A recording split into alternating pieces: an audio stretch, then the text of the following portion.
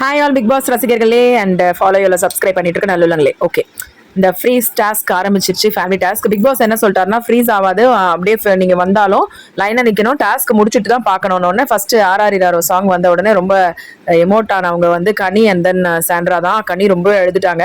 So 3 பேருமே வந்து சைலண்டா இருங்க அப்படின்ட்டு அவங்களுக்குள்ளேயே ஆஸ்வாசப்படுத்தும் போது வந்தது வந்து சாண்ட்ரா வீட்டில் தான். ஸோ 2 குட்டியும் அழகா வந்து அங்கேயே வாசலே நின்றுட்டாங்க, உள்ள வரக்கூடாது. டாஸ்க் முடிச்ச உடனே ரொம்ப துடிச்சிச்சு உண்மையிலே சாண்ட்ரா. ஸோ அந்த மதர்ஹுட் வந்து அப்படியே பயங்கரமா எக்ஸிபிட் ஆச்சு. அவங்க 2 பேரையும் பார்க்க விடாம இவங்களை வந்து ஆக்டிவிட்டி ரூம் காமிச்சிட்டு மற்றபடி ஹவுஸ்மேட்ஸ் எல்லாம் மட்டும் பிரஜனை வெல்கம் பண்ணி பசங்களை வெல்கம் பண்ணி அவங்க வந்து இதில் உட்காந்துட்டாங்க. லிவிங் ஏரியால டிவியில தான் பார்த்துட்டு இருந்தாங்க. சாண்ட்ரா வந்து அந்த இது கேமை முடிக்கிறத அது முடிக்கவே முடியல. ஆக்சுவலாக ரொம்ப எமோஷன் வந்து அதிகமாக இருந்ததுனால பயங்கர எமோட் ஆயிட்டு. பட் என்ன பண்ண முடியும், அந்த கேம் முடிச்சாதான் வர முடியும். வேக வேகமாக அந்த கேம் ஒரு 7 மினிட்ஸ்ல ஃபினிஷ் பண்ணிட்டு அப்புறம் குட்டீஸ் ரொம்ப கியூட்டான 2 குட்டீஸுமே ரொம்ப கியூட்டா இருந்தாங்க. ஸோ அவங்கள பார்க்கறதுக்கு ஓடி வந்துச்சு சாண்ட்ரா. ஸோ அதோட அது அவங்க வந்து கேமை பத்தி சொல்லிட்டே இருக்கா பிரஜன், இதை இப்படி பண்ணு, பார்வதி நம்பாத, வீக்கெண்ட்ல வந்து விஜய் சேதுபதி பேசும்போது அவதான் ரியாக்ஷன்லாம் பண்ணிட்டு இருந்தா உனக்கு அப்படிலாம். எதுவுமே அது காதுலயே கேட்கல, அதுக்கு மண்டைக்கு மேல போகுது எல்லாமே. அது பசங்களை பாக்குறதும் அந்த பசங்களுக்கு வந்து நீ இது பண்ணியாடா அது பண்ணியாடான்னு அந்த ஃபாலோ அப் பண்றதும், ஒரு மதர் ஓகே அட்டாச்சா இருக்க மதர் என்ன பண்ணுவாங்களோ அதே தான் சாண்ட்ரா பண்ணிட்டு இருந்தது. அந்த ஹேர் கூட சாண்ட்ரா தான் கட் பண்ணி விடுறாங்க.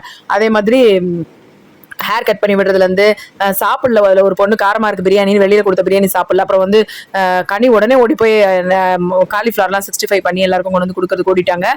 உடனே இவங்க வந்து ரசம் சாதம் போட்டு அந்த பொண்ணுக்கு மீன் வச்சு ஊட்டி விட்டு இதெல்லாம் நடந்துட்டு இருந்தது. ரொம்பவே வந்து அட்டாச்சா இருக்கனால தான் அவ்வளோ சென்டியா இருந்திருக்காங்க. அவங்க கேம் பத்தி அவங்க இதுவே இல்லை, கான்சியஸே இல்லை. ஆனா பிரஜன் அப்பப்பா தனியா கூட்டின்னு போய் சொல்லிக்கிட்டே இருந்தாங்க. இதான் சாக்குன்னு பார்வதி ரொம்ப அப்படியே வழிஞ்சுக்கிட்டே இருந்தது, எப்பயும் போல கமருதீனோட வழிஞ்சுக்கிட்டே இருந்தது. அது ஒரு பக்கம் அப்படியே பார்க்கவே முடியல, அது ஒரு கூத்து மாதிரி பண்ணிட்டு இருந்தது. பட் இவங்க வந்து ரொம்ப கியூட்டா அது ஒரு ஃபேமிலியா அப்படியே அமித் வந்து ஓடி போய் கிச்சன்ல எல்லாம் பண்ணிட்டு இருந்தாங்க. சபரியும் வினோத்தும் ரொம்ப பசங்களோட அந்யூன்யமா, சபரி அதுவும் ரொம்ப பசங்களோட ரொம்ப கியூட்டா வந்து விளையாண்டுதாங்க. பார்வதி திவ்யா 2 பேருமே ஸ்பான்டேனியஸா விளையாண்டாங்க. சுபிக்ஷா என் பேரை சொல்லி என்ன பிடிக்கும்னு சொல்லு அப்படின்னு கேட்டுக்கிட்டே இருந்தது. ஆனா தன்னால அரோரா பேரை தான் பிடிக்கும்னு சொல்லிச்சு. அப்புறம் பார்வதியும் அந்த திவ்யாவும் அந்த குட்டிங்களோட விளையாண்டுட்டு இருக்கும்போது வந்து நீ அலுவலி பண்ற அந்த மாதிரி ஏதோ ஒண்ணு வந்து சொல்லிச்சு பொண்ணு சபரிய. அப்ப வந்து பார்வதி வந்து இன்னும் சொன்ன சூப்பர் சொல்லி இன்னொரு தடவை சொல்லுச்சு. ஆனா திவ்யா வந்து தப்பு, அந்த மாதிரிலாம் பெரியவங்களை சொல்லக்கூடாது அப்படின்னு அங்கேயே தெரியுது இது புத்தி என்ன மத்தவங்க அப்படி என்னன்றது. பார்வதி அது ஒரு ஆளே கிடையாது, ஆனா உள்ள இருக்குது. அதான் இப்படியே வந்து அட்வைஸ் பண்ணிட்டே இருந்தாரு. வெளியில எனக்கு நிறைய படம் ஆப்பர்ச்சுனிட்டிஸ் எல்லாம் நிறைய வந்துருச்சு, நீ ரொம்ப ஸ்ட்ராங்கா இரு, யார் இங்க வின் பண்ணுவாங்கன்றது இன்னும் அந்த அளவுக்கு டிசைட் ஆகல.